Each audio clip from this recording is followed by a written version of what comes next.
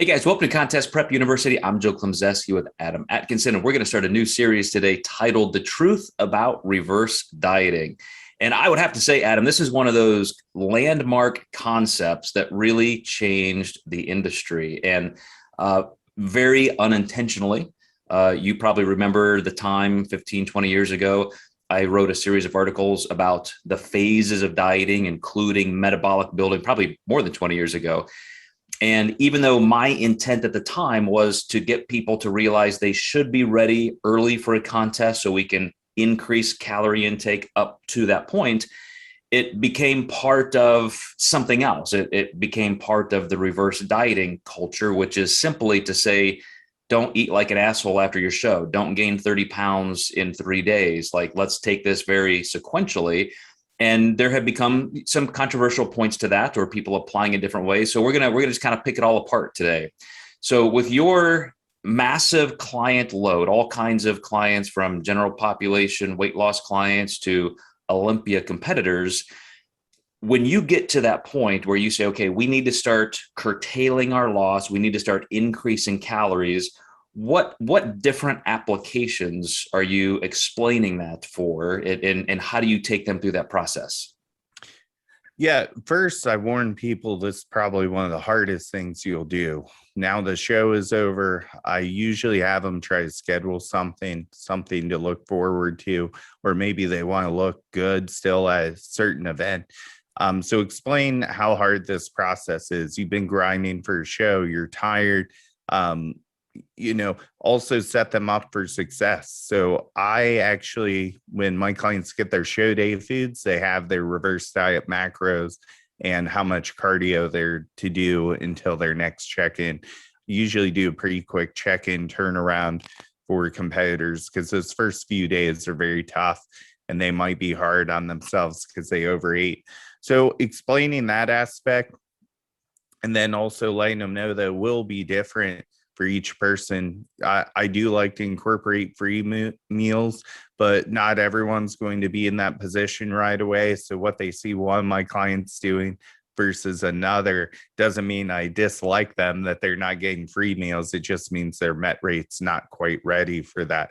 So I more so like to explain those physical dynamics and physical differences that they're going to see from some of my clients and kind of let them know what to expect.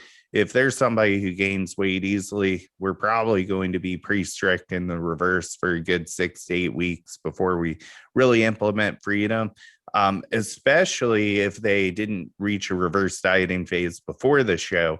That makes a large difference as well. In our next episode, we're going to talk about how to execute a proper reverse diet. But I want to key in on what you said about this is tougher than people think, because all of a sudden that pressure, the show is gone. And I know I have been in that situation where it's like the first time you're in the grocery store after a contest and you just feel like arms sweeping everything into your cart.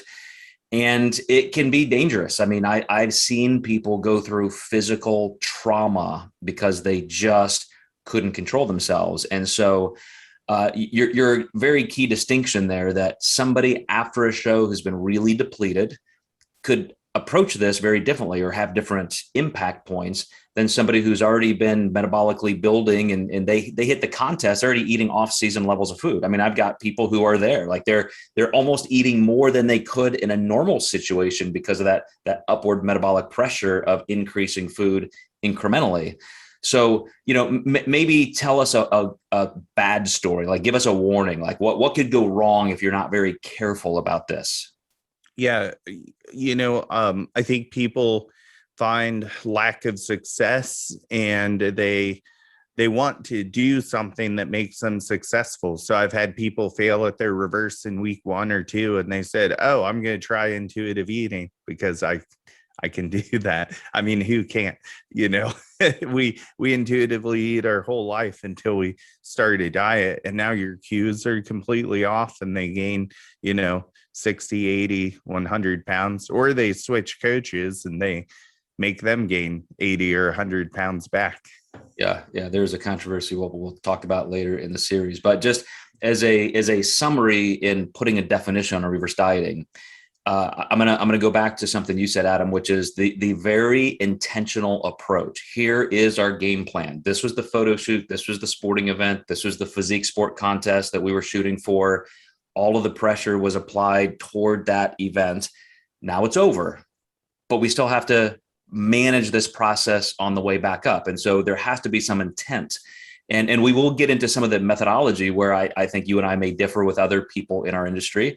But those are for later episodes. So you guys come back for episodes 2 through 5, and we will see you next time in Contest Prep University.